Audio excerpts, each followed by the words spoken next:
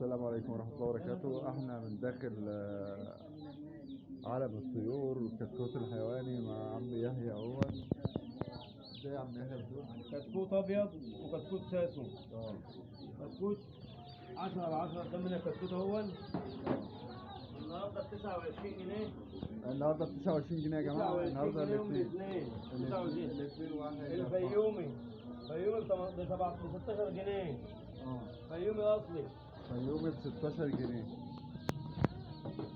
الساسو 17 جنيه. ساسو فرخ ساسو 17 جنيه. 17 جنيه. طبعا زي ما انتم شايفين. فرخ ابيض. اه فرخ ابيض ب 29 جنيه. ان شاء الله.